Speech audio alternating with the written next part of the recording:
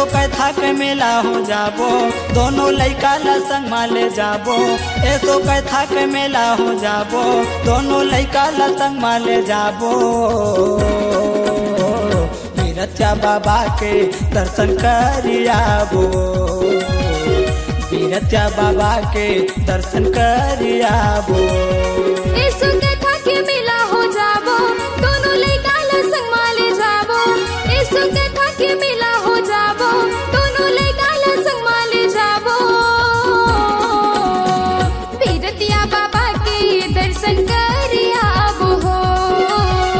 बीरथिया बाबा के दर्शन करियाबो हो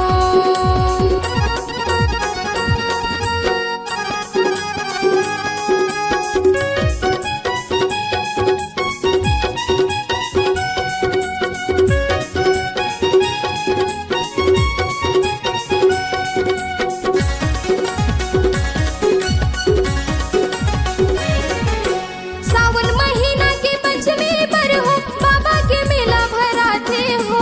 चारों मुड़ा के नर नारी मन ओखर दरस बर आथे हो चारों मुड़ा के नर नारी मन बाबा दरस बर आथे हो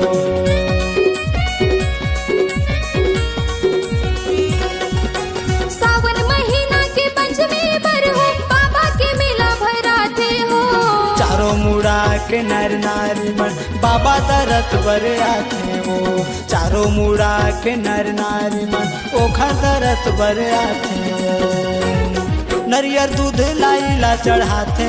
ओकर चरण में माथ नवाते नरियर दूध लाइला चढ़ाते ओकर चरण में माथ नवाते ओ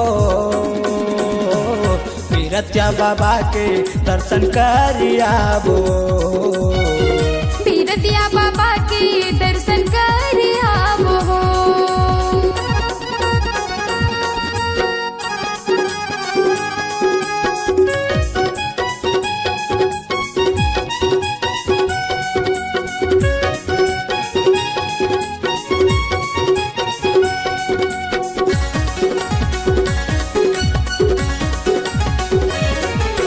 सुने हम महिमा बीरथिया बाबा के सांप चबेला जिलाते हो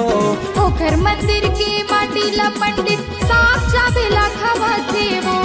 ओकर मंदिर के माटी ला पंडित साफ चाबेला खवाते वो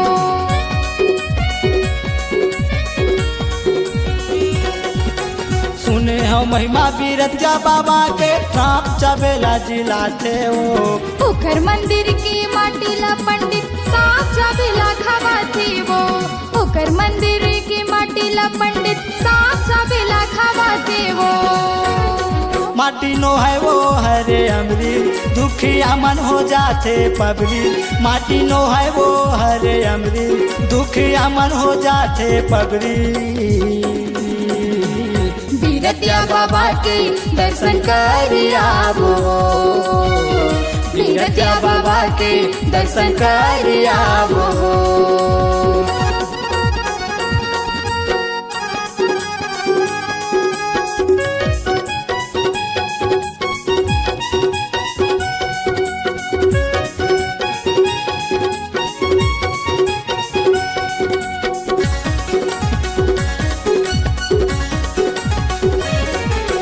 हम मन चलना बाबा शरण माधु दिलाई धर के जाबो हो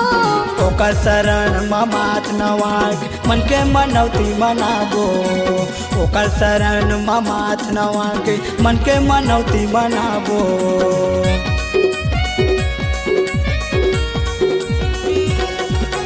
हम मन चलना बाबा शरण माधु दिलाई धर के जाबो हो ओकर शरण मात नवाग के मन के मनौती मनाबो ओकर शरण मात नवाग मन के मनौती मनाबो थोकन अर्जी मिनती ला सुना के बाबा बीरथिया ला बुला के थोकन अर्जी मिनती ला सुना के बाबा बीरथिया ला बुला के ओ बीरथिया बाबा के दर्शन करियाबो बीरथिया बाबा के दर्शन करियाबो बीरथिया बाबा के दर्शन करियाबो पीरतिया बाबा के दर्शन कर आवो हो पीरतिया बाबा के दर्शन कर आवो हो